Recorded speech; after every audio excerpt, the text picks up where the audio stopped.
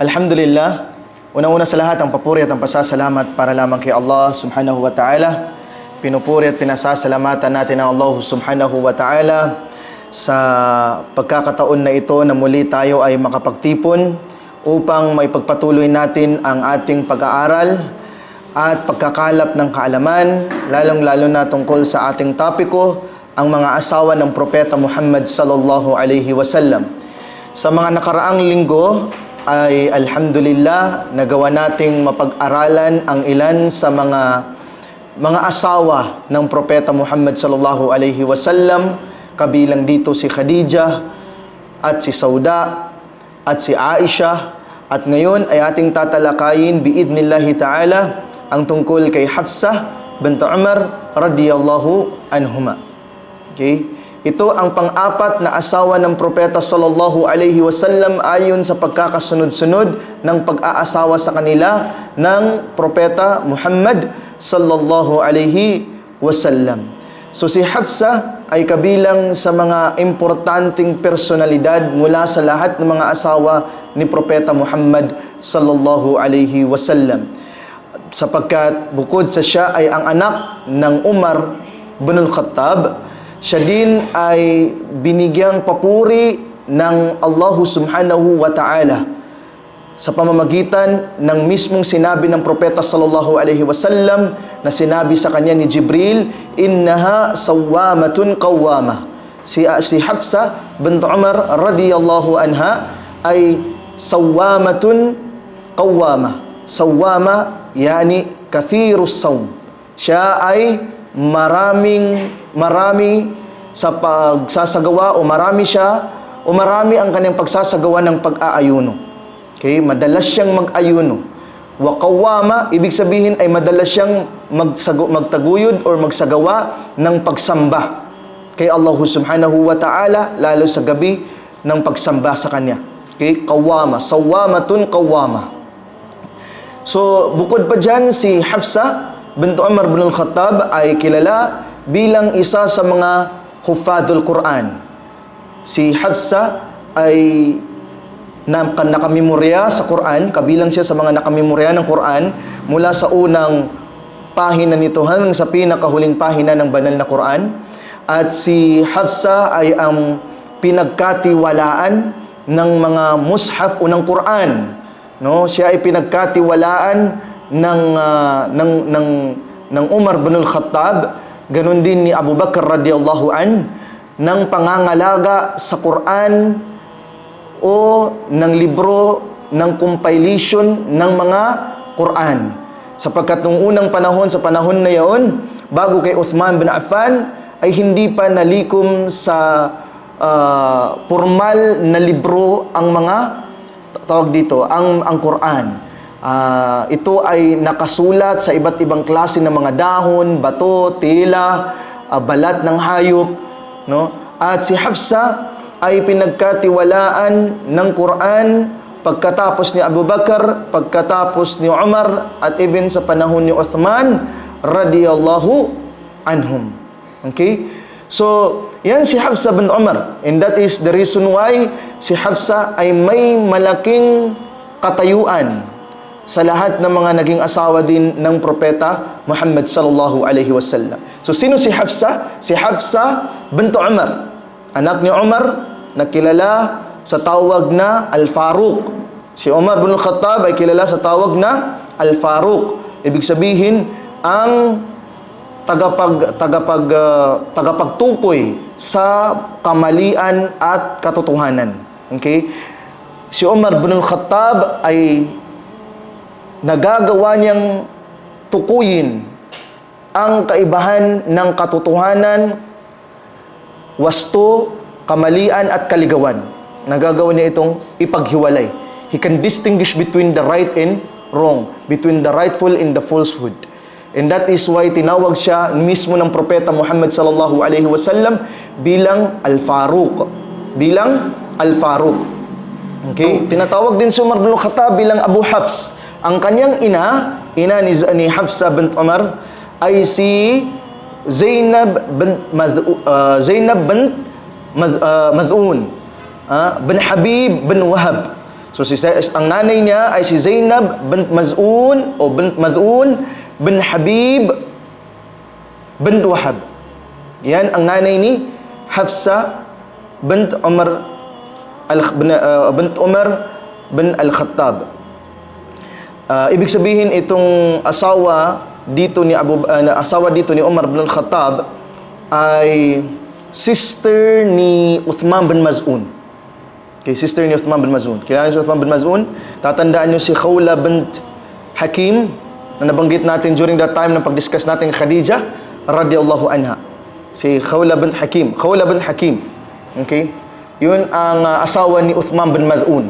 Now, itong si Zainab, kapatid ito ni Uthman bin Maz'un. Okay, you see, there are relation, no? Yung mga marriage, relationship na meron sa kanila. At itong si Umar bin Al-Khattab na ama ni Hafsa ay kamag-anak ng propeta sallallahu alaihi wasallam sa ikapitong grandfathers of the Prophet sallallahu alaihi wasallam. Okay? Kay Ka'ab. Okay? Bumabalik ang kanilang relationship kapag kamag-anak kay propeta sallallahu alaihi wasallam kay Ka'ab. Kay Ka'ab. Bakit? Kasi si Ka'ab bin Lu'ay. Okay? Si Ka'ab ay may anak kabilang sa mga anak niya sina Murra at saka si Adi. Ang Adi ay ang angkan ng pinagmula ni Umar bin Al-Khattab. Okay?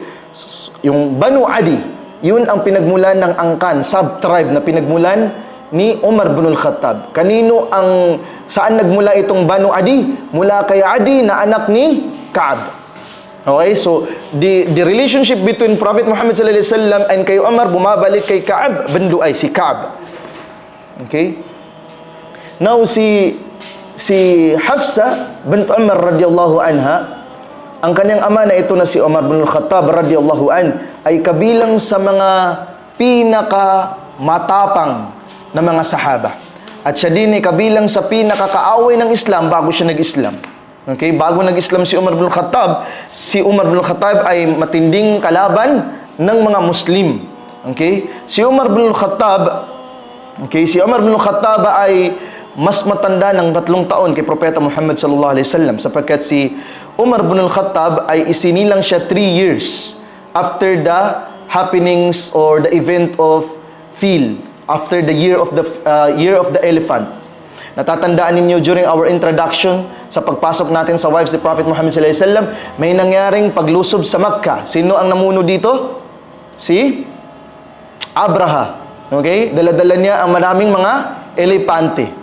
Okay? Kaya tinawag ang taon na yun na taon ng elepante. That is 50 days pinanganak ang propeta sallallahu alaihi wasallam.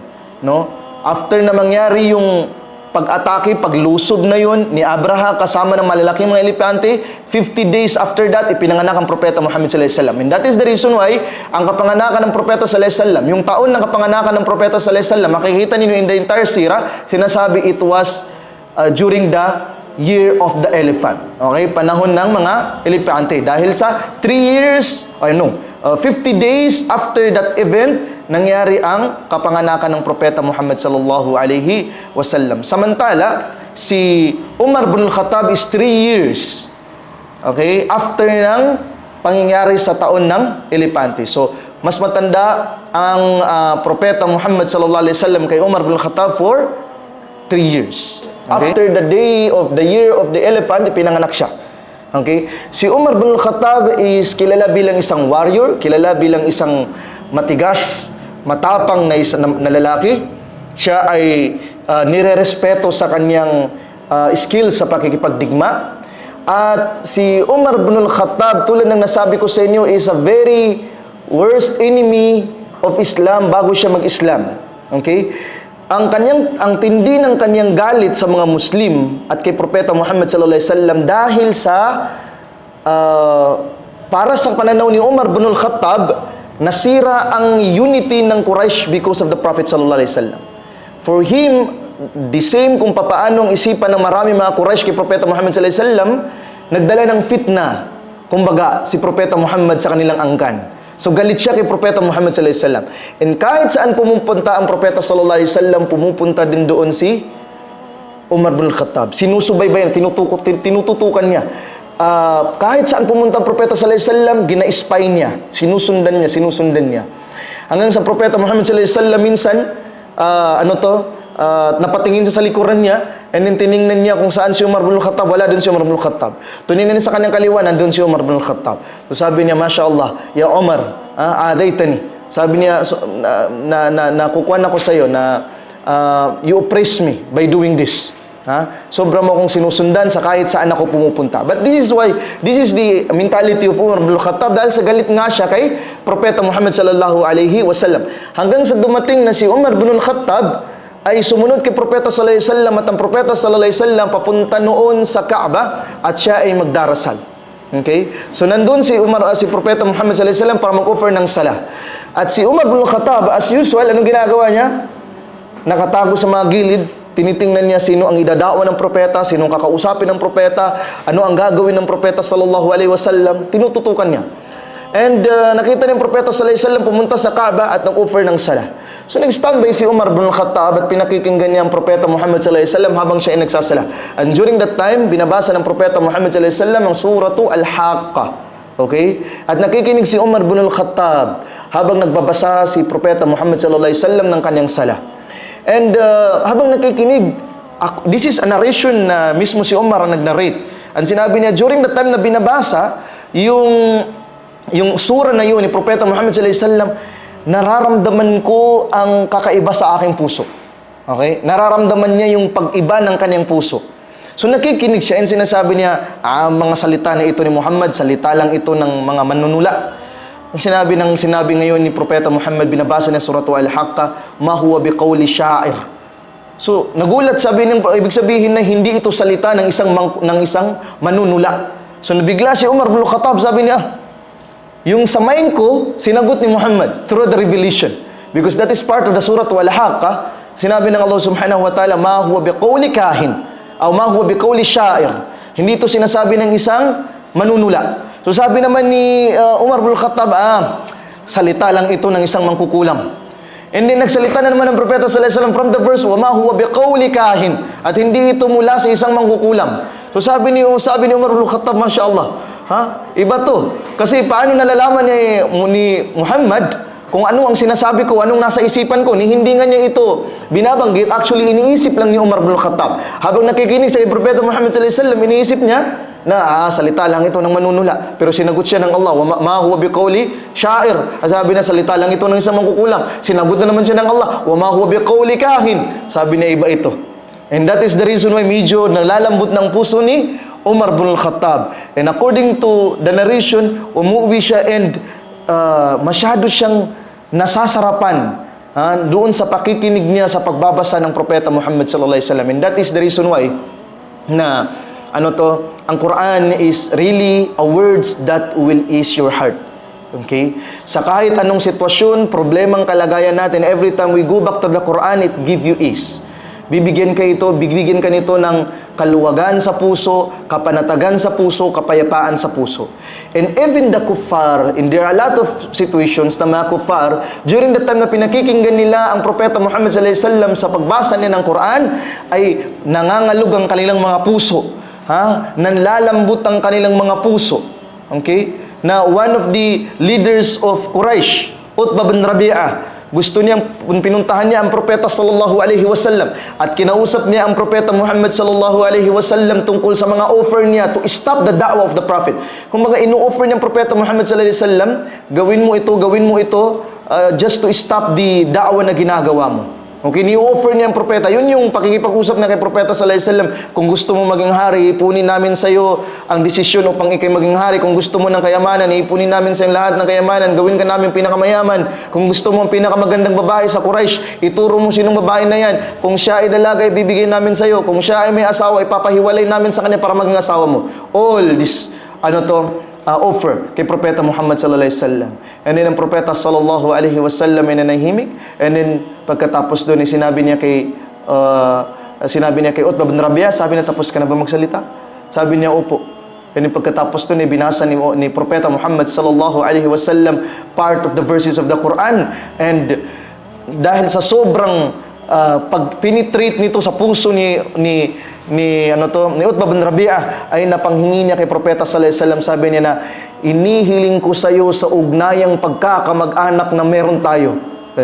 Napasaklolo na siya sa ugnayang pagkakamag-anak nila. And sinabi niya, inihiling ko sa iyo sa ugnayang pagkakamag-anak na meron tayo, tigilan mo na. Stop. Hindi ko na kaya. Okay? Masyado na mabigat. In the Prophet sallallahu alaihi wasallam, I just forgot kung ano ang ayat na binasa ng Propeta sallallahu alaihi wasallam, but those ayat are actually talking about the hereafter, about the punishment of Allah Azza wa Jal, promise of Allah, promises of Allah subhanahu wa ta'ala para sa mga kuffar. And then remember that Utbah bin Rabi'ah is a non-Muslim, and habang nakikinig siya dito, mabigat na mabigat sa kanya, and sabi niya, tama na. Natatakot siya, pumapasok sa puso niya kung anong sinasabi sa Quran. And there are some also instances ng Propeta sallallahu alaihi wasallam nasa Kaaba, nagbabasa siya ng surah, ng mga aya ng banal na Quran, and nakikinig ang mga kuffar Quraysh doon sa Darun Nadwa. Nakikinig, naririnig nila ang Propeta Muhammad sallallahu alaihi wasallam sa binabasa niya na aya. At during that time, binabasa ng Propeta ang mga aya mula sa Suratu An-Najm. Kung saan nagbabasa ang Propeta sallallahu alaihi wasallam hanggang sa aya na kung saan na inutos ng Allah subhanahu wa ta'ala na ang mga mananampalataya ay magpatira pa. Ang lahat ng mga kuffar na nakikinig sa aya during that time, nakapagpatira pa sila unknowingly. Hindi nila napansin na nung sabihin ng Allah na magpatira pa kayo, nagpatira pa din silang lahat. Lahat silang nandoon sa Darun Nadwa na nag-uusap paano patigilin si Propeta Muhammad sallallahu alaihi wasallam. Lahat sila ay nakapagpatira pa. This is the power of Quran. Okay, this is the power of Quran. This is the power of ayat na mula kay Allah subhanahu wa ta'ala. And that is the reason why even Umar bin Khattab, habang siya ay nakikinig kay Propeta Muhammad sallallahu alaihi wasallam, pumapasok sa puso niya kung ano ang binabanggit ng Propeta Muhammad sallallahu alaihi wasallam mula sa mga aya na ibinabasa kanya ng Allah subhanahu wa ta'ala. Okay? So now si Umar bin Khattab, nung nanggaling siya sa isang Darun Nadwa, nag-uusap sila at pinag-uusapan nilang lahat ng mga issues and hatred nila kay Propeta Muhammad sallallahu alaihi wasallam. Nainis siya. Murag sa napulaan na siya ba sa Bisaya pa. Okay? Ang dami ng issue na ito. So kumuha siya ng kanyang espada, nilagay niya sa kanyang bewang. Pagkatapos ay naglakad siya para puntahan ng Propeta Muhammad sallallahu alaihi wasallam. Nakasalubong niya si Nuaym al-Adawi. At nung nakasalubong niya itong lalaki na ito, isa sa mga sahaba, nakita niya Nuaym na prepared to battle, prepared to fight itong si Umar bin Khattab. And alam na, inintindihan ni Nuaym na ang taong ito ay mayroong gustong patayin. So tinanong niya, Aina anta dhahib ya Umar bin Khattab? Sabi niya, saan ka pupunta ya Umar bin Khattab? Sinabi ni Umar, hinahanap ko, pupuntahan ko si Muhammad upang patslangin siya. Pupuntahan ko si Muhammad para patayin siya. Yan ang sabi ni Umar bin Khattab. And nung marinig ito ni Nuaym, takot na takot si Nuaym. Kasi kilala si Umar bin Khattab bilang isang napakatapang na lalaki. And takot na takot si Nuaym, pero sabi niya, kailangan kong protektahan ng Propeta Muhammad sallallahu alaihi wasallam. Remember na, he is a sahabi, he is a Muslim. Now, itong si Umar bin Khattab, sinasabi niya papatayin niya si Muhammad sallallahu alaihi wasallam, naging concern doon si Nuaym. And to buy a time, kinausap niya si Umar bin Khattab at sinabi niya, pupuntan mo si Propeta Muhammad sallallahu alaihi wasallam para paslangin siya? Sabi niya, oo. Sabi niya, bakit hindi mo muna puntahan ang iyong bahay sapagkat doon ay mayroon ng mga Muslim? Okay? So, na-force itong si Nuaym na sabihin ang tungkol sa sikretong ito sapagkat sikretong nag-Islam ang kapatid ni Umar bin Khattab, si Fatima bin Khattab. At siya ay nag-Islam sikreto, pati ang kanyang asawa nag-Islam ng sikreto. Sabi ni Umar bin Khattab, bakit sabi niya? Naging sabi niya, andiniha ang aking kapatid? Sabi niya, oo. Sabi. Ang tawag nila sa mga Muslim na nagmumuslim noong unang panahon, sabi or saba. Naintindihan natin yun?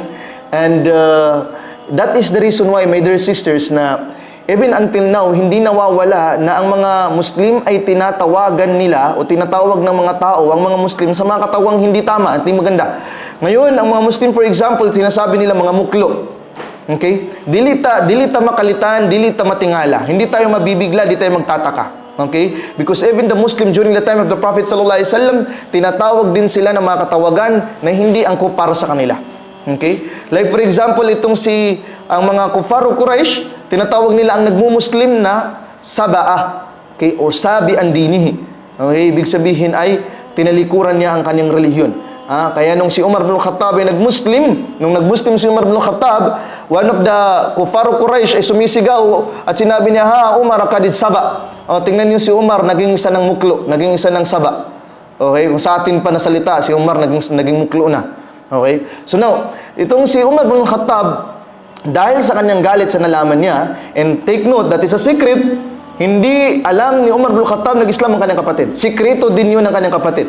But just for Nuaym to buy some time for the Prophet sallallahu alaihi wasallam, para hindi niya maprotektahan ng propeta, ni-divert niyang attention ni Umar bin Khattab saan? Doon sa kanyang bahay. Sabi niya, magpupunta kay Propeta Muhammad, paslangin siya, bakit hindi mo puntahan ang bahay mo? So ngayon, pumunta si Umar bin Khattab, nilihis ni Umar ang kanyang daan patungo sa kanilang bahay, and that gives time for Nuaym na puntahan ng Propeta Muhammad sallallahu alaihi wasallam.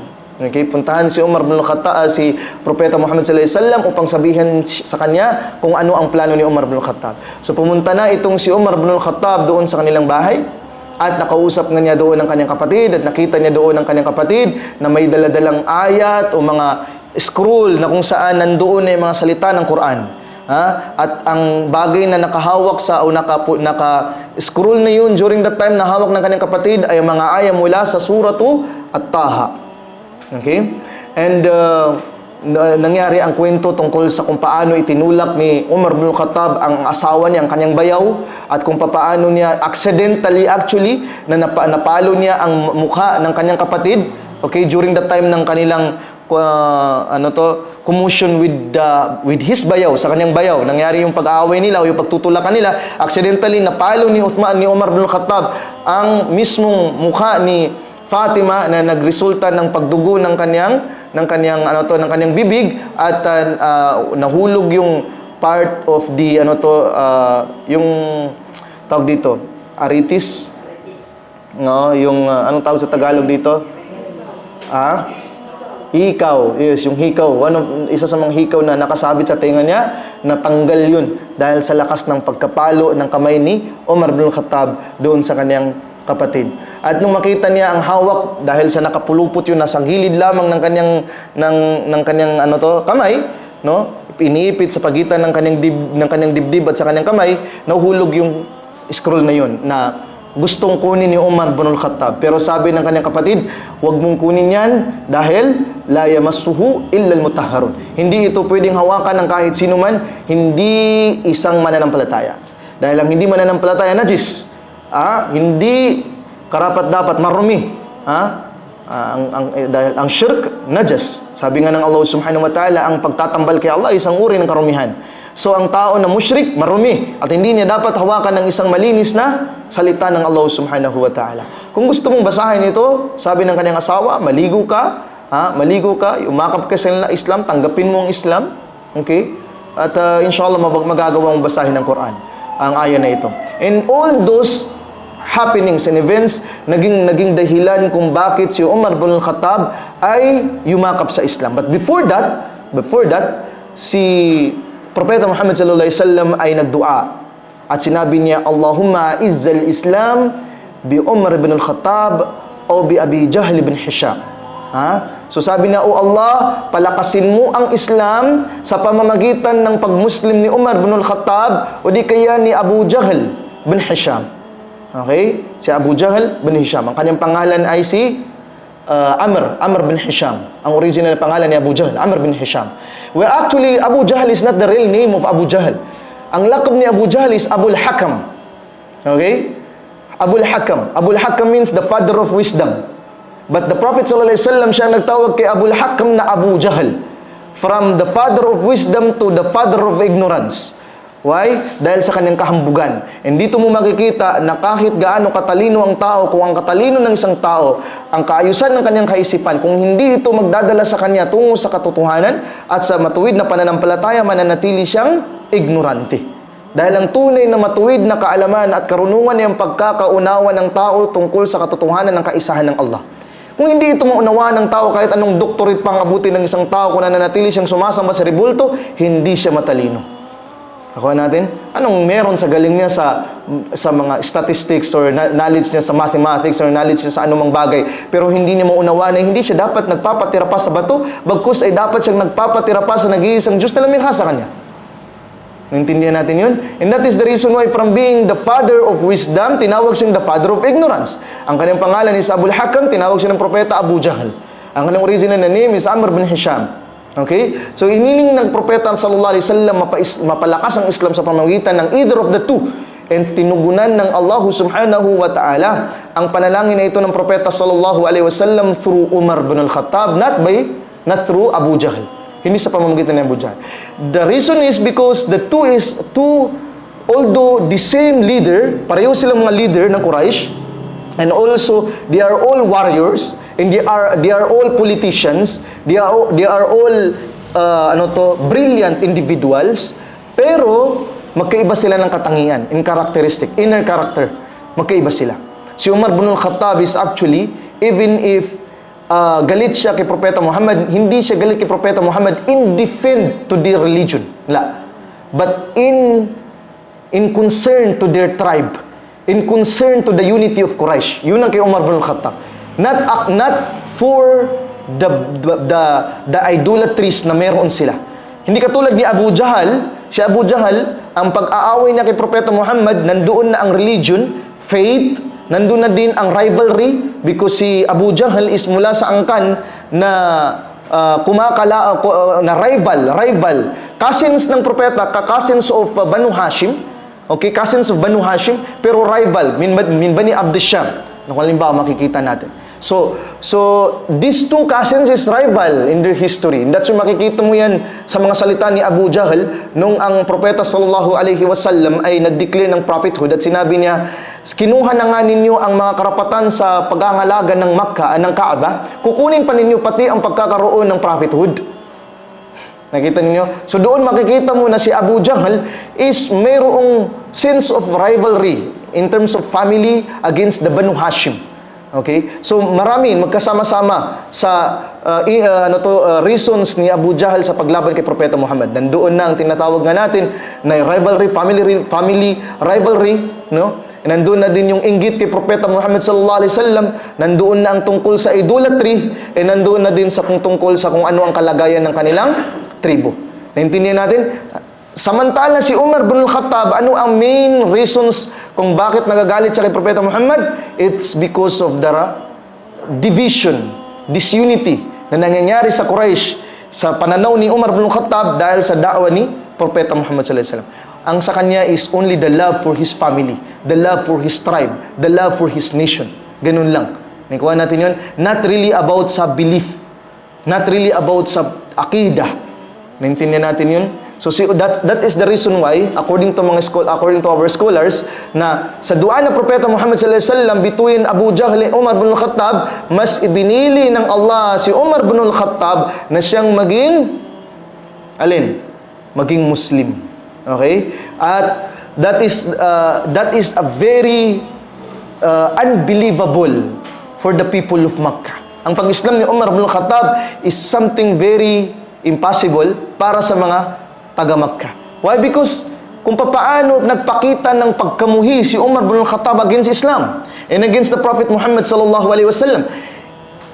Isa sa mga ebidensya kung papaano ka-imposible para sa pananaw ng mga taga-Makkah ang pag-Islam ni Umar bin al-Khattab. Si Umar bin al-Khattab naglalakad at nakasalubong niyang isang babaeng Muslima na magmamigrate sa Abyssinia, sa Ethiopia.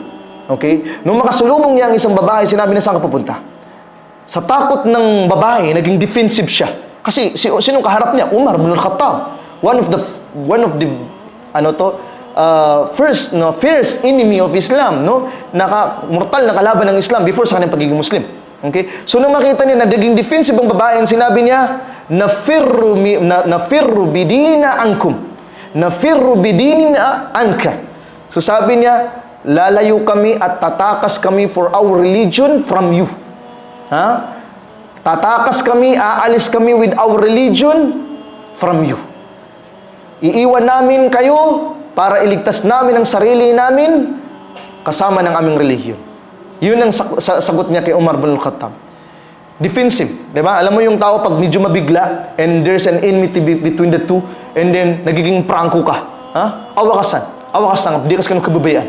Ha? Di ba? Nagiging frank ka. Even if that hurts the person na nakikinig sa'yo, nagiging frank ka dahil nagiging defensive ka. Okay? That is exactly the psychological state nung babae na yun. So that is why sinabi niya kay Umar ibn Khattab, aalis kami kasama ng relihiyon namin. Aalis kami para sa relihiyon namin. Iiwan namin kayo dahil sa lahat ng mga ginawa ninyo sa amin. And then, anong sagot ni Umar ibn Khattab? Sabi ni Umar ibn Khattab, kung ganun ay samahan ka ng kapayapaan tungo kay Allah. Nung marinig ito ng babae, sabi niya, kakaiba ang salita ni Umar. I expect the worst. Ini-expect ko, baka sagpaon ko ani, no? Iniisip niya, baka sampalin ako nito, hilain ako nito, saktan ako nito, kasi Umar yan eh. You see, very harsh si Umar. Because one of the slave ni Umar, isa sa mga slave ni Umar ibn Khattab before Islam, isa sa mga slave ni Umar ibn Khattab ay nilalatigo ni Umar ibn Khattab ng sobra na tumitigil lang si Umar kapag siya'y napapagod. And according kay Umar, sinabi ni Umar, kung hindi lang ako pagod, hindi ko titigilan na himpasin ka hanggat sa bumalik ka sa iyong relihiyon. Ganun ka-harsh si Umar ibn Khattab before Islam. And that's why that woman, ang babae na yun, is expecting the worst. Maybe, sasampalin ako nito, sasaktan ako nito, hihilain ako nito, ano pa. But ang narinig niya kay Umar ibn Khattab ay sinabi niya, samahan ka ng kapayapaan patungo kay Allah. So nung marinig ito ng babae, na-shock ang babae, she is thinking very deep, anong sinabi ni Umar? Sha'artu biriqati min Umar. Nakafeel ako ng softness kay Umar. That is not what we expect about Umar. So nung dumating siya sa ibang mga kagrupo niyang mga Muslim na magtra-transfer o magmamigrate sa Abyssinia, sa Ethiopia, sinabi niya, nakasalubong ka sa Umar. Kinuwento niya nangyari. Sabi niya, si Umar atay magmumuslim. Sagot ng kasama niya ng mga sahabi, na unang mga mag-Muslim, sabi niya, la wallah. La wallah. Sabi niya, hindi sumpaman kay Allah. La yuslimu Umar hatta yuslimu Himar ibn al-Khattab. O la yuslimu Umar hatta yuslimu Himar al-Khattab. So sabi niya, hindi kailanman magmumuslim si Umar hanggang sa kabayo ni Khattab ay magmuslim. Gets niyo yung punto doon? Magmumuslim bang kabayo? Magsishahada bang kabayo? Sabi niya, hindi magmumuslim si Umar hanggang sa magmuslim ang kabayo ni Khattab. Sino si Khattab? Tatay ni Umar. So sabi niya, ang kabayo ni Khattab, kung magmuslim, pwede pang magmuslim si Umar. But that is an impossible. Patulan pagsabi na hanggang sa pumasok ang iyong ulo sa butas ng isang karayom. Okay? Kaya mo bang ipasok ang ulo mo sa butas ng karayom? Hindi. So that is an impossible thing, di ba? So ganun din ang sinasabi ng Muslim na yun, na sabi niya na kabilang sa mga sahaba, na sabi niya, magmumuslim si Umar kung magmumuslim ang kabayo ni Khattab. Okay? So it means imposible. No way na magmuslim si Umar ibn Khattab. Never. Okay? But one of the lesson here, my dear sisters, is that hidayah is really something na hindi mo pwedeng i-judge sa isang tao. You can never judge a person na sabihin mo hindi siya, di na pag-hijab, hindi na to mag-hijab, hindi na to magiging matuwid, lakla kaya tao. Wala na tong tao na to, nag-iinom, nagdi-disco, nagbabarkada, lahat na mayroon sa kanya. Wala na to, di na to mag-Muslim. Hindi mo kailanman malalaman ang guidance ng Allah sa isang tao. Si Umar ibn Khattab, one of the worst enemy of Islam, naging Muslim. Okay? Si Khalid ibn Walid, na napatalo niya, na naging dahilan ng pagkatalo ng mga Muslim sa Ghazwat Uhud, naging Muslim. And then after that, naging leader of all lot of gazawat, maraming battles. At naging key figure sa pagbagsak ng Roma at Persia. So, nothing is impossible. Ang guidance ng Allah ay ibibigay niya sa sino mang kanyang naisin. Okay? So, we cannot really judge someone na di nayapkapiyataw. Wala na to. Okay? Hindi tayo pwede mag-judge sa kanila, but sa atin, as the principle of dawah, kailangan iparating lamang natin sa kanilang mensahe, and we ask Allah for the guidance of those people na ating inaanyayahan. Okay? So, yan ang tungkol sa ama ni Hafsa na si Umar ibn al-Khattab. Okay? Si Umar bin Khattab. At nung nag-Islam si Umar bin Khattab, anong ginawa ni Umar bin Khattab? Kinatok niya ang bahay ng bawat mga leaders of Quraysh para sabihin na siya nag-Muslim. That is how brave he is. Alam mo yung maraming mga Muslim na nagmu-Muslim tapos nagtatago sila sa kanilang pagiging Muslim, but not Umar. Umar, when he embraced Islam, niyakap niyang Islam, kinatok niya ang bahay ng bawat leaders and sinabi niya, Ana kad asbahtu musliman. Ana Muslim. Ako ay isang Muslim. Okay? Kad asbahtu musliman. Ako ay naging Muslim na. And then, every leaders nakakatukin niya, Ana Muslim. Nasa shock. Nag-Muslim ka? Sabi niya, yes, nag-Muslim ako. Sa galit ng mga leaders of Quraysh nito na kinakausap nila, dinadabugan nila ng pinto. Bam! Okay? Puang ng tawhanan ni nag-Muslim.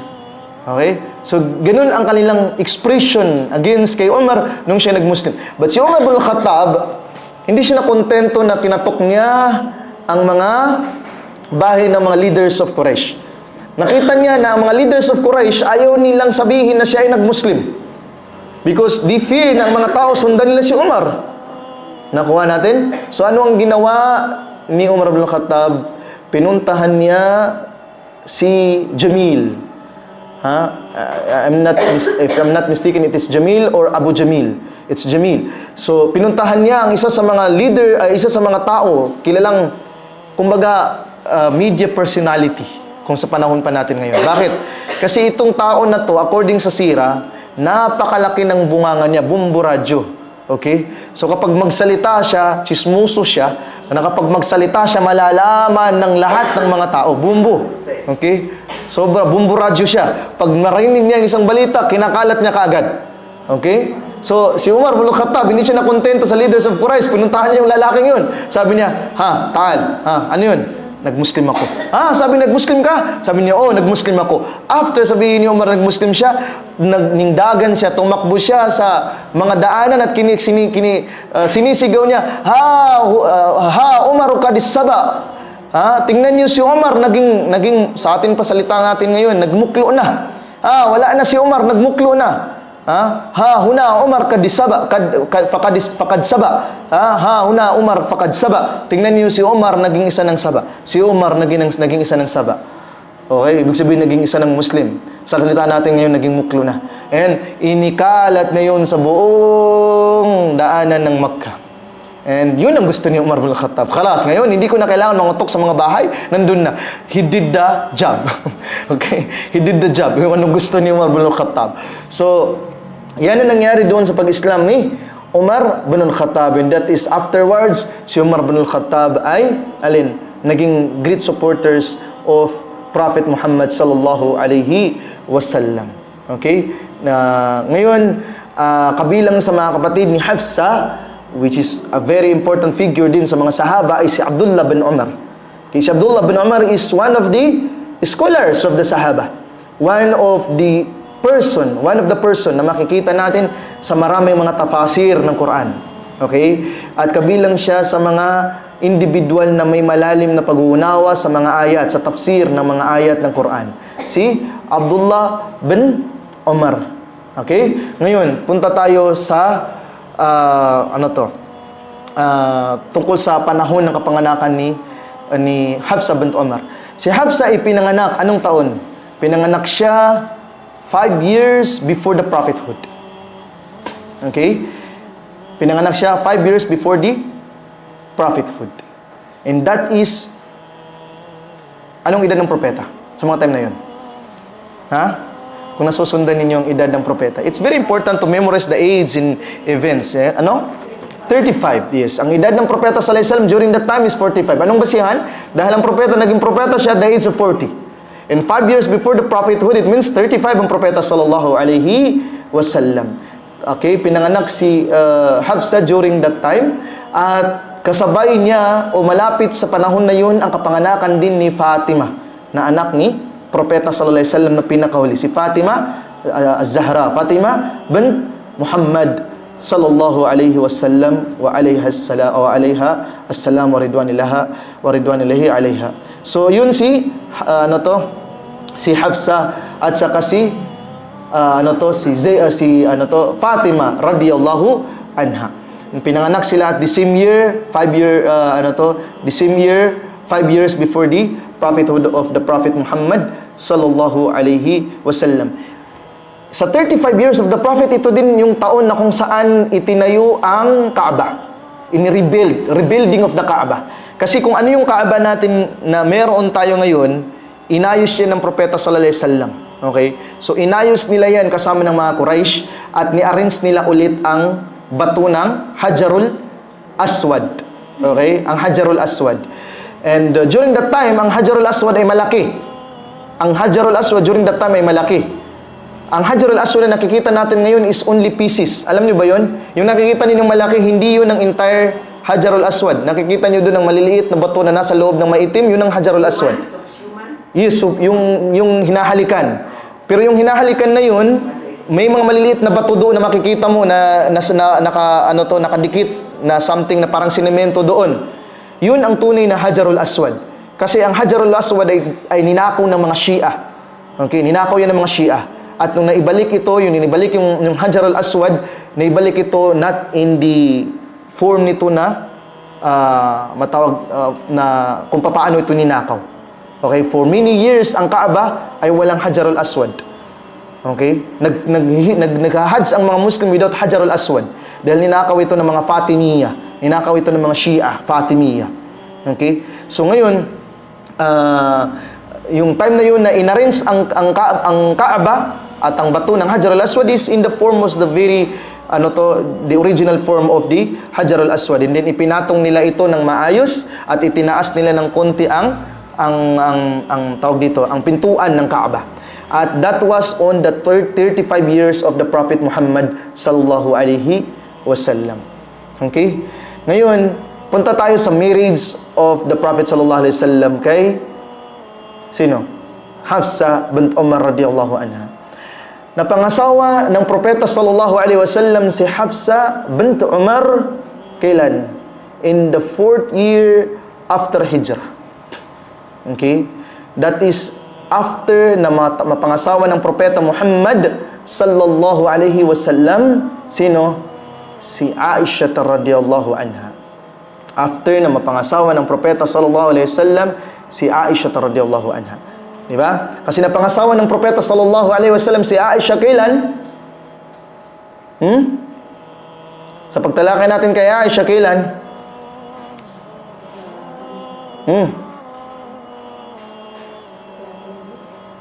10 years? La.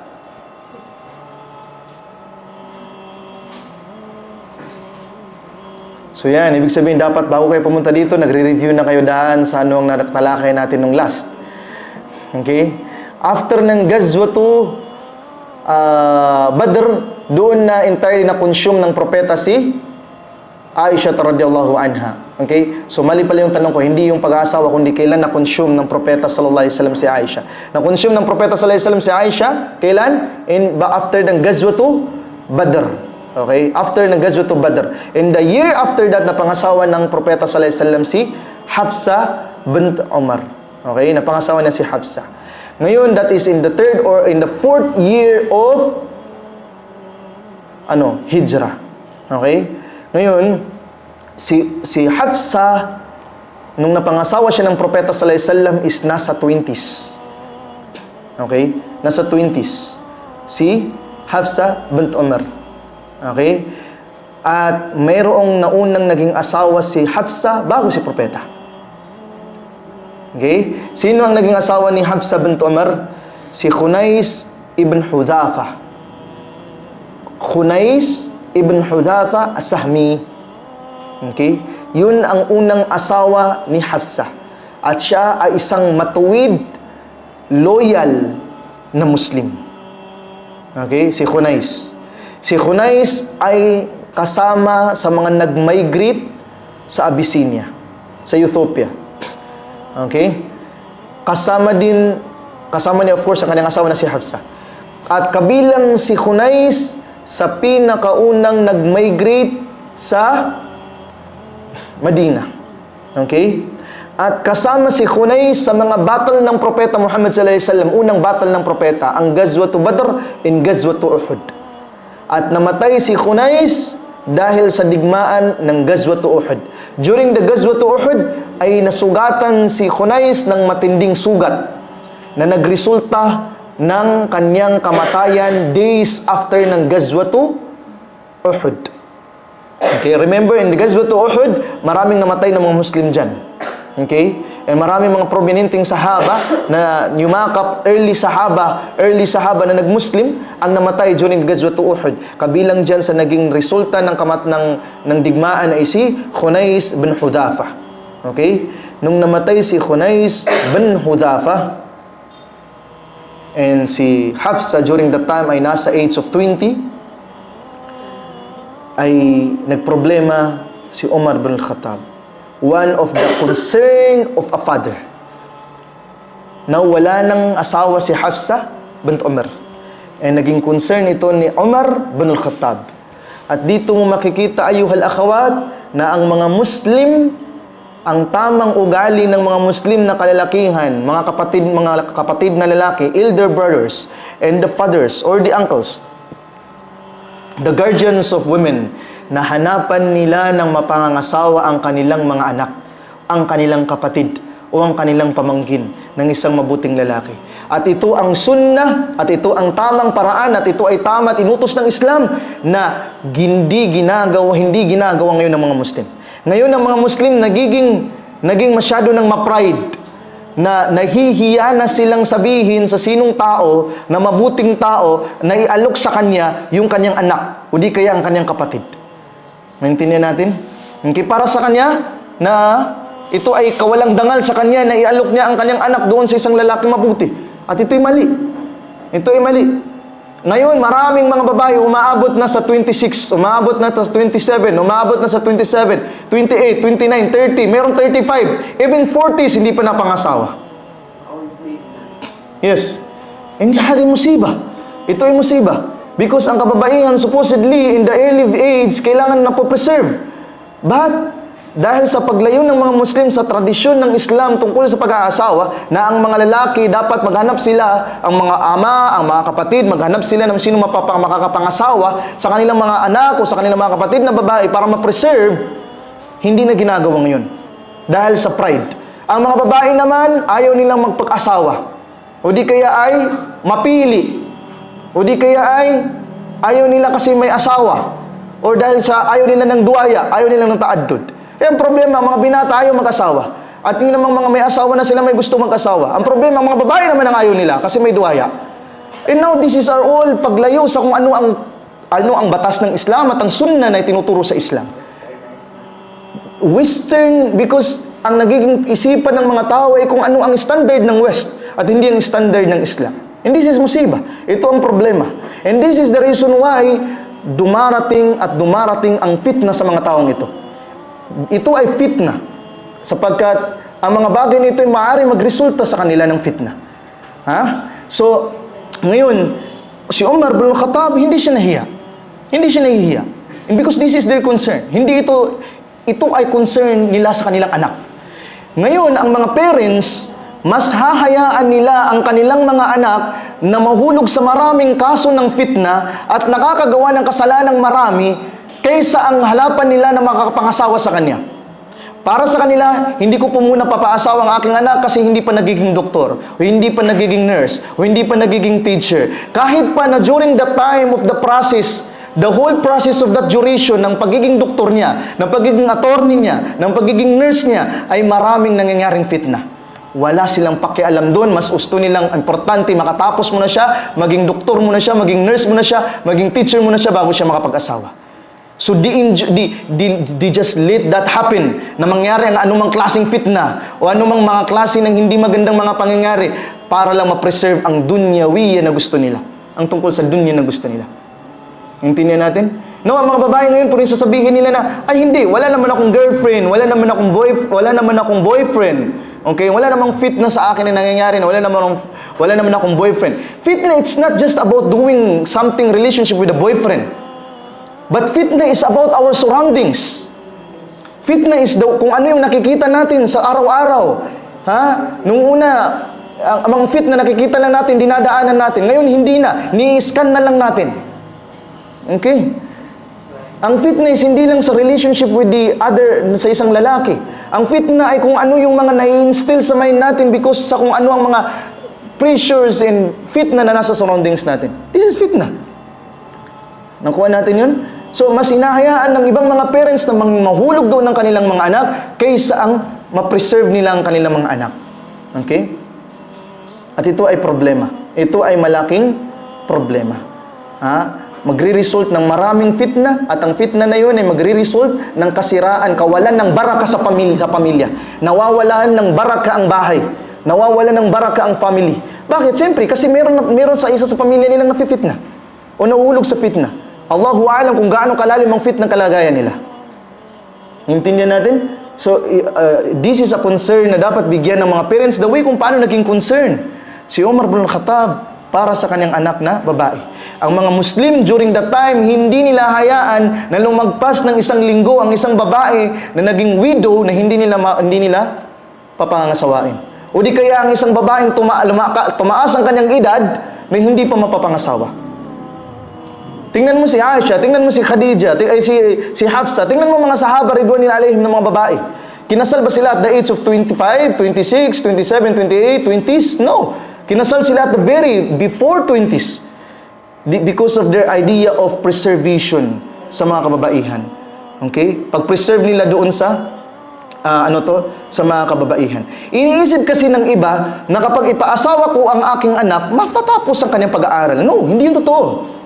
Hindi hadlang sa pagkamit ng anumang pangarap ang pag-aasawa. Bagkus ang pag-aasawa ay daan upang maprotektahan ang babae o di kaya ang lalaki sa panahon ng pagkamit niya ng kanyang ambisyon. During the process ng pagkamit niya ng ambisyon niya, ang pag-aasawa nila ng maaga during that time ay pag-preserve sa kanya, pag-protect sa kanya during the process na gusto niyang abutin yung kanyang pangarap.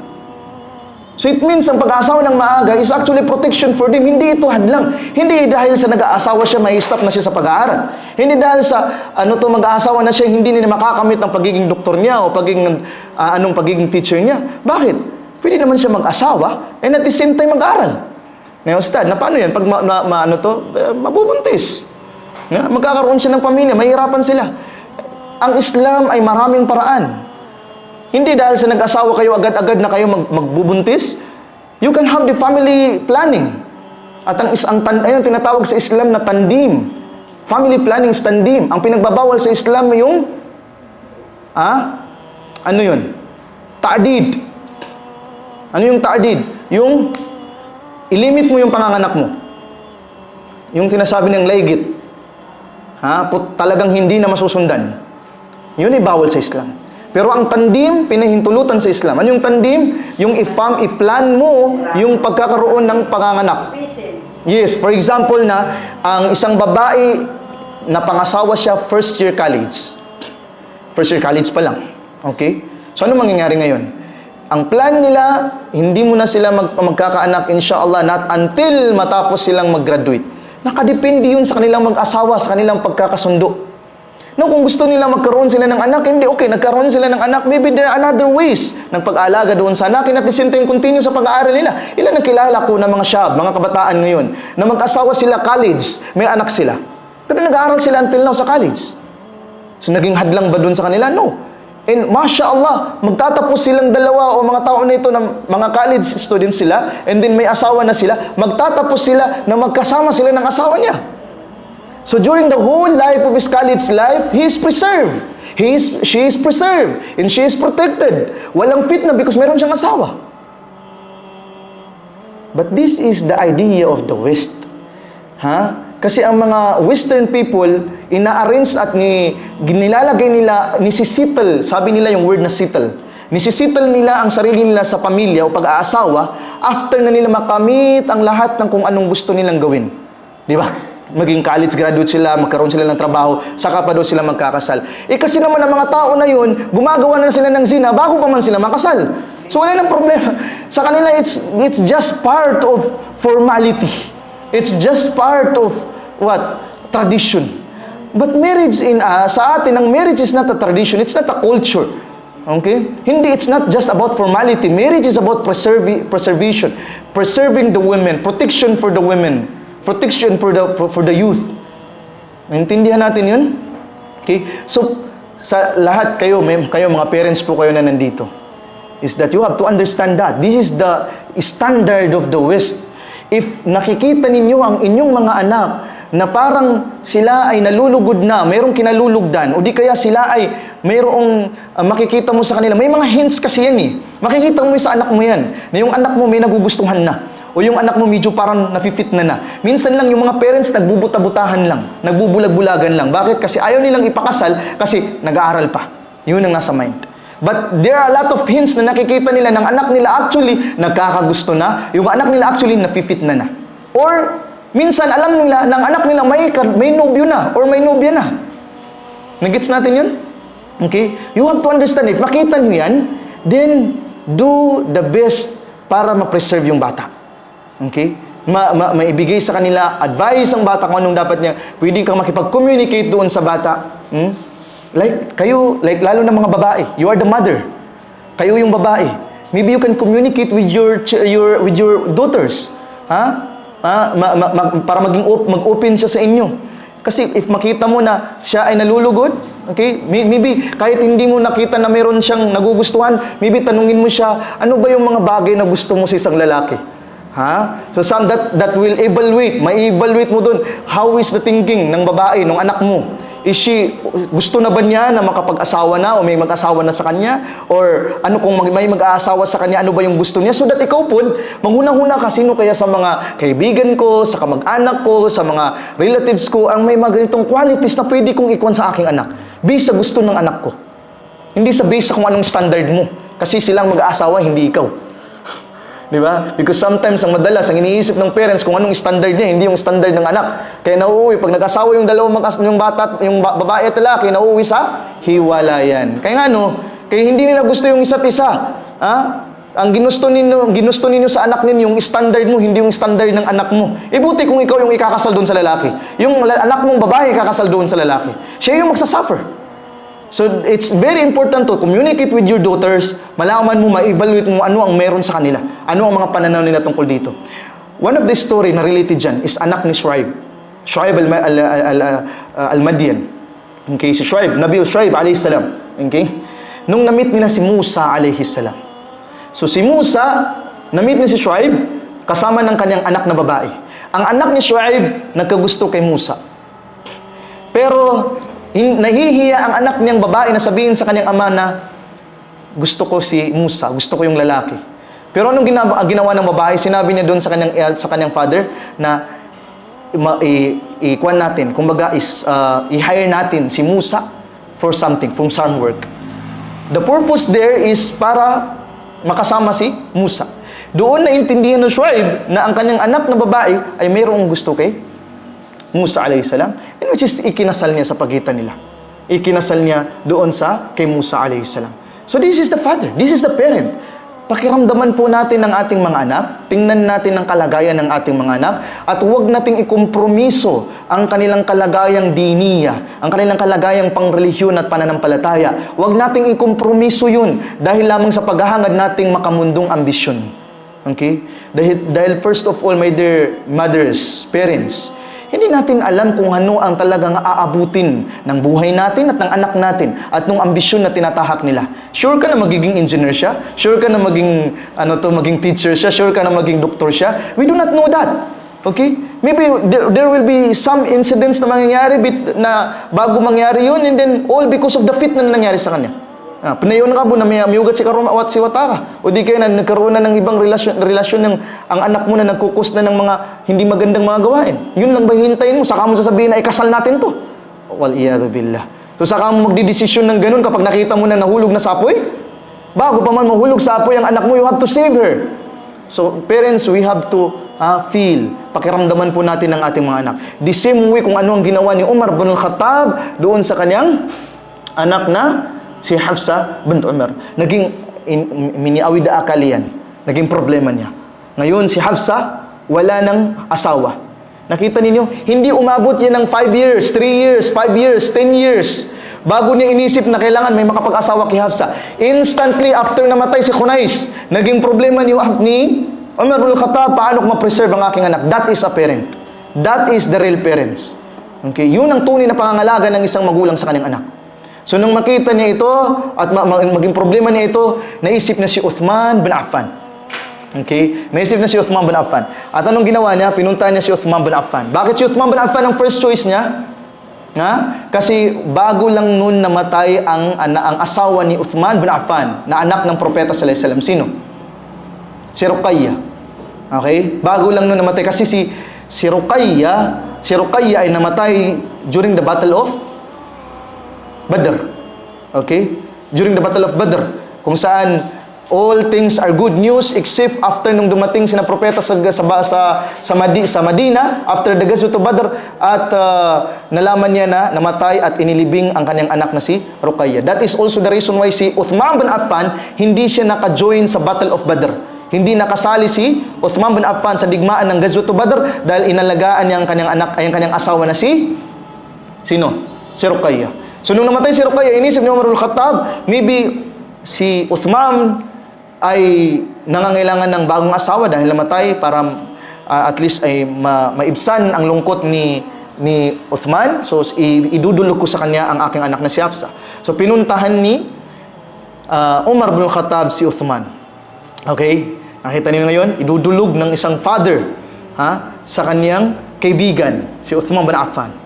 Nung kinatok niya, Assalamualaikum, binuksan ni Uthman. Sabi niya, Ya Uthman, gusto kong idulog sa iyo ang aking anak bilang asawa mo. Gusto kong i-propose sa iyo ang aking anak. Gusto kong ibigay sa iyo ang aking anak si Hafsa upang maging asawa mo. Tiningnan siya ni Uthman bin Affan at hindi makasagot si Uthman. Sabi niya, bigyan mo ako ng ilang araw at pag-iisipan ko. Okay? Bigyan mo ako ng ilang araw at pag-iisipan ko. And then isinara na ni Uthman ang kanyang pintuan. That fi'al, ang gawa na yon, naka-insulto kay Umar bin Khattab. Tao lang din. They are doing this because this is right. But they are still human. Mayroon ding feeling and na-distress or na-stress doon si Umar bin Khattab. Sabi niya, na-insulto siya. Okay? Anak ko si Hafsa. And then pag-iisipan pa. Okay? But dumating ng ilang araw, ilang days na, wala pa rin tugon si Uthman bin Affan. Wala pa rin utugon si Uthman bin Affan tungkol sa kanyang proposal. In the other story na mababasa sa mga kwento ng sira, is pinuntahan ni Umar bin Khattab si Uthman bin Affan para tanungin, kamusta na yung desisyon mo? Kaya hindi niya inabutan sa bahay. Saan si Uthman? Nandoon sa masjid. So pinuntahan niya sa masjid si Uthman bin Affan. Nung parating na si Uthman bin Affan, nakasalubong na si Umar. Okay? Nagdali-dali, nagkunwari si Uthman na bumalik. Yung sekretan yan, nung nakasalubong niya si Uthman, and then biglang tumalikod din bumalik si Uthman radiyallahu an.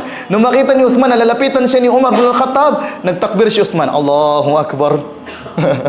Okay, so para maiwasan ang conversation between him and Umar bin Khattab. And then si Umar bin Khattab, according to this story, umupo siya, and hinintay niya si Uthman bin Affan na matapos siya, and then na-observe niya si Uthman na bumabasa ng masyadong mahabang ayah.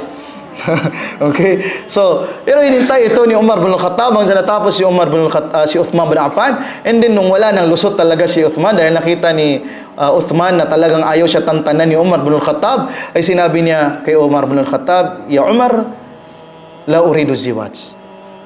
Hindi ko gusto ang pag-aasawa ngayon. Yun ang sinagot niya kay Umar bin Khattab. You see? Hinintay niya, pinuntahan niya, okay, pinagsabaran niya, and then sabihin, hindi ako mag-aasawa ngayon. Allahu Akbar! Pinagkita mo ko ng ilang araw, pinuntahan kita, sinundan kita, and sabihin mo sa akin, hindi ka mag-aasawa. Okay? So, of course, that is the decision of Uthman. That is the decision of Uthman. And nirespeto ni Umar bin Khattab. But na-insulto si Umar bin Khattab. Sa kanyang insultong nararamdaman sa puso niya, naisip niya si Abu Bakar. Si Abu Bakar na lang. So, pinuntahan niya si Abu Bakar, at kinatok niya si Abu Bakar. And then sinabi niya, Ya Abu Bakar, gusto kong idulog sa iyong aking anak bilang iyong asawa. Upang maging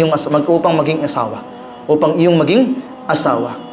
And tiningnan nun siya ni Abu Bakar radiyallahu an, nang walang sinasabi si Abu Bakar, and sabi niya, hindi ko gusto mag-asawa. Okay? So nakatitig sa kanya si Abu Bakr, matagal siya nakasagot. And tapos sinabi ni Abu Bakr radiyallahu an, sabi niya, hindi ko gusto mag-asawa. And in another narration, another story from other sources of sira, hindi nagsalita si Abu Bakr at isinara ni Abu Bakr ang pintuan. Imagine that. Nagkikipag-usap si Umar bin Khattab, idudulog ko sa iyo ang aking anak upang maging asawa mo. And then, tininglan siya ni Abu Bakr, hindi siya tumugon ng anumang salita, and then ini-close yung pintuan. Mas lalong nagalit si Umar bin Khattab, at sa sobrang galit niya, Umar bin Khattab, high-tempered, masyado siyang matapang. And then, nung, masyado siyang nasasaktan sa desisyon ng dalawang nauna, pumunta siya kay Propeta sallallahu alaihi wasallam para magreklamo. Sinununtahan niya ang Propeta sallallahu alaihi wasallam at sinabi niya, "Ya Rasulullah," at sinabi niya kung ano ang ginawa ni Abu Bakar at ano ang ginawa ni Uthman. Okay? At nasasaktan si Umar bin Khattab at sinabi niya, "Bang meron sa aking anak, bakit nila tinatalikuran? Bakit hindi nila tanggapin?" Okay? And then tumawa ang Propeta sallallahu alaihi wasallam. Ngumiti at tumawa ang Propeta sallallahu alaihi wasallam. At sinabi niya kay Abu Bakr, kay Umar bin Khattab, "Inna Uthmana yatazawwaju man huwa khairun min Hafsa. Wa Hafsatu tatazawwaju man huwa khairun min Uthman." So sabi ni Propeta Muhammad sallallahu alaihi wasallam na nakangiti, sabi niya, "Ya Umar, si Uthman makakapag-asawa siya ng mas mainam kaysa kay Hafsa. At si Hafsa makakapag-asawa siya ng mas mainam kaysa kay Uthman." Puzzle sa mind ni Umar bin Khattab. Paano yun? Sino yun? Sino pang mainam kay Uthman? Sino pang mas mainam kay Abu Bakr? Okay. Hintihin natin yun? Iniisip ni Umar bin Khattab. And din yun pala sinabi niya, "At ako, ya Umar, ako ang magpupropose ng kasal para kay Hafsa." Sobrang tuwa ni Umar bin Khattab radiyallahu an. Sobrang tuwa ni Umar bin Khattab radiyallahu an. Because this is a very... Sino ang hindi maghahangad na maging part of the family of the Prophet sallallahu alaihi wasallam? Mahimo na niyang bayaw karon si Propeta sallallahu alaihi wasallam. Di ba? Hindi lang niya kapatid, hindi lang niya propeta, hindi lang niya leader, bayaw pa niya. Tama? Bayaw, no? Yung abyanan, magiging biyanan niya. No? Magiging biyanan siya ng Propeta Muhammad sallallahu alaihi wasallam. Paano ba yung bayaw? Kapatid. Yes. So kapatid ng asawa mo. Yes. So magiging biyanan siya ng Propeta sallallahu alaihi wasallam kung tuturingin natin o titingnan natin, di ba?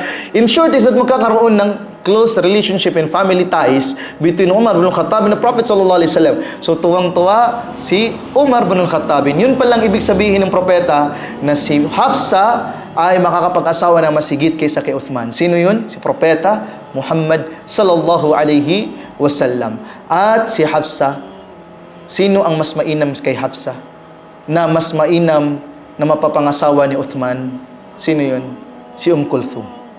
Okay? Because after Ruqayya ay si Kulthum na pangasawa ni Uthman bin Affan. So ang anak ng Propeta sallallahu alaihi wasallam, kaya tinagurian si Uthman bin Affan, Dhunurain. Ang lalaking may dalawang ilaw. Sinong dalawang liwanag? May dalawang ilaw, may dalawang liwanag. Ang dalawang magkapatid na anak ng Propeta sallallahu alaihi wasallam na naging asawa niya, si Ruqayya at saka si Kulthum. Nakuha natin yun? Okay.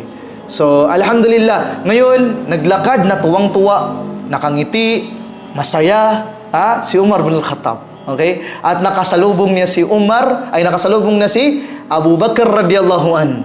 Ano makasalubong niya si Umar? Of course, na-broke si Umar kay Abu Bakr. At makita na si Abu Bakr, ang sabi ni Abu Bakr, "Ya Umar, nakikita ko na mayroon kang sama ng loob sa akin." Tama? Sabi ni Umar bin Khattab, "Yes, masama talagang loob ko sa iyo. Yung hindi ka ba naman magsalita at isara mo sa akin ang pintuan, hindi ba magsasama yung loob niya?" Okay? And then si Uthman bin Affan, ganun din. In another story of the sira ay magkasama si Uthman at saka si Abu Bakr. In some of the narration is that it is Abu Bakr who talk actually with Umar bin Khattab. So sinabi niya, "Ya Umar, ang reason kung bakit hindi kita masagot ay dahil narinig ko ang Propeta Muhammad sallallahu alaihi wasallam na binabanggit si Hafsa tungkol sa pag-aasawa niya. At natakot ako na magsalita, na maging dahilan, na ma-expose ko, ma-spoil ko kung ano ang gusto ng propeta sallallahu alaihi wasallam. Kung ano ang secret ng propeta sallallahu alaihi wasallam. That is a secret. Kinausap niya doon si Abu Bakar at saka si Uthman bin Affan. Kasi nung after ma-meet ni Umar bin Al-Khattab si Abu Bakar, na-meet na naman niya si Uthman. And the same reason ang sinabi ni Uthman, sabi niya, narinig ko si propeta sallallahu alaihi wasallam na nagsabi tungkol sa pag-aasawa niya kay Hafsa. At hindi ko alam anong sasabihin ko sa'yo. Nung kumatok ka, di ko alam, nabigla ako na i-offer mo sa akin ang iyong anak, anong sasabihin ko? So sabi niya, gusto kong isipin ano ang way para ma-explain ko sa'yo yun. Kaya sa naging niya ako ng ilang araw, give me this. Para mag-isip si Uthman, paano ako makakalusot kay Umar dito? Okay? Because narinig niya si propeta, asawahin niya si Hafsa. Pero ganun din, the safest word na pwedeng masabi ni Uthman na naisip niya is that, ayaw kong mag-asawa. Okay? So, but at least si Uthman bin Affan, nag-isip muna siya. Ano ang gagawin ko? Paano ko sabihin ito? Because ayaw niya masaktan si Umar bin Khattab. At the same time, ayaw niya ma-expose ang gustong gawin ng propeta sallallahu alaihi wasallam. But si Abu Bakar radiyallahu an, hindi siya nagsalita. Most safe, mas safe. Bakit? Hindi siya nagsalita. Ayaw niyang magsalita. Baka makapagsalita siya o masabi ng isang bagay na maging dahilan ng alin na ma-expose niya ang propeta sallallahu alaihi wasallam. But see kung ano ang mga faida and lessons na meron dito. Who is Abu Bakar to Prophet Muhammad sallallahu alaihi wasallam?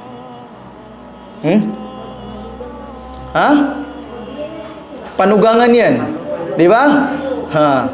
Si Abu Bakar is the closest friend to the Prophet sallallahu alaihi wasallam. He is the wazir of the Prophet. He is the secretary, the nearest officer, kumbaga, sa lahat ng mga sahaba to the Prophet sallallahu alaihi wasallam. He is the he is the love person to the Prophet sallallahu alaihi wasallam. Sabi nga ng propeta sallallahu alaihi wasallam, "Law kuntu muttakhidan khalilan lattakhadtu Abu Bakr khalila." Kung ako lang ay kukuha ng best friend, kinuha ko na si Abu Bakar na aking best friend. But ang best friend ng propeta sallallahu alaihi wasallam ay ang Allah subhanahu wa ta'ala. Hindi siya kukuha ng ibang best friend. So, that's why kung pwede lang siyang kumuha ng best friend, kukuhinin sino? Si Abu Bakar. Ganun siya kalapit kay propeta Muhammad sallallahu alaihi wasallam. And another is, the very important point is that panugangan yan. Kumbaga, in-law niya si Abu Bakar radiyallahu an. And ang kanyang hinihingan ng payo at sinabihan niya patungkol sa pag-aasawa niya kay Hafsa ay ang mismong in-law niya na ama ng kanyang asawa na si Aisha radiyallahu an. So, ito ay sagot sa mga nagsasabi sa mga tao na ang pag-aasawa ng lalaki ng ikalawa ay kawalang katarungan sa babae, o nagsasabi na ang pag-aasawa ng lalaki ng pangalawa ay katrayduran sa babae, o di kaya ay kawalang respeto sa pamilya ng babae o sa babae na papakasalan o mag-aasawa ng pangalawa sa kanya. Nakuha natin yun? Because some of women, ganito nga nilang isipan, that this is something na katrayduran doon sa isang babae, o ito ay kawalang respeto doon sa isang babae na nauna, o di kaya ikaw walang respeto sa pamilya ng babae na nauna. But see, here Abu Bakar radiyallahu an ay kinakausap ng propeta Muhammad sallallahu alaihi wasallam tungkol doon sa pag-aasawa niya kay Hafsa, ama ng kanyang asawa na si Aisha radiyallahu anha. So hindi yun kamalian. Where in fact, ang nagtuturo sa atin, and this is something that we have to be concerned of, and we have to be careful, because in our generation ngayon, we are following the standard of the West, not the standard of Islam. Paano natin sasabihin tayo ay mga Muslim kung sinusunod natin ang standard ng West, hindi ang standard ng Islam?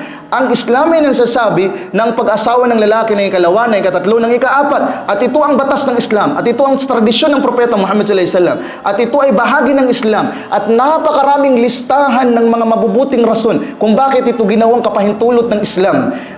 Kung ating pagtitimbangin, sisters, kung ating pagkukumpirin ang advantage na sinasabi ng Islam, kung bakit pinahintulutan ng pag-asawa ng higit ng isa, at ang disadvantages na sinasabi ng mga kufar, ng mga kalaban ng Islam, na ayaw nila at kinakalaban nilang pag-aasawa ng higit sa isa, mas marami ang benefits kaysa sa sinasabi ng mga kufar. Hindi lamang mas mababa ang disadvantages, ang mga nagsasabi pa nito ay kufar. Ang nagsasabi nito ay kuffar. So sinasabi ng Islam na ito ay kainaman, proteksyon at pangangalaga sa kababaihan, at sasabihin ng mga kuffar na ito ay kapinsalaan, kawalang respeto, kawalang loyalidad sa babae, kawalang respeto sa babaeng una na inasawa. So saan ang pakikinggan natin? Ang sinabi ng Islam o sinabi ng kuffar?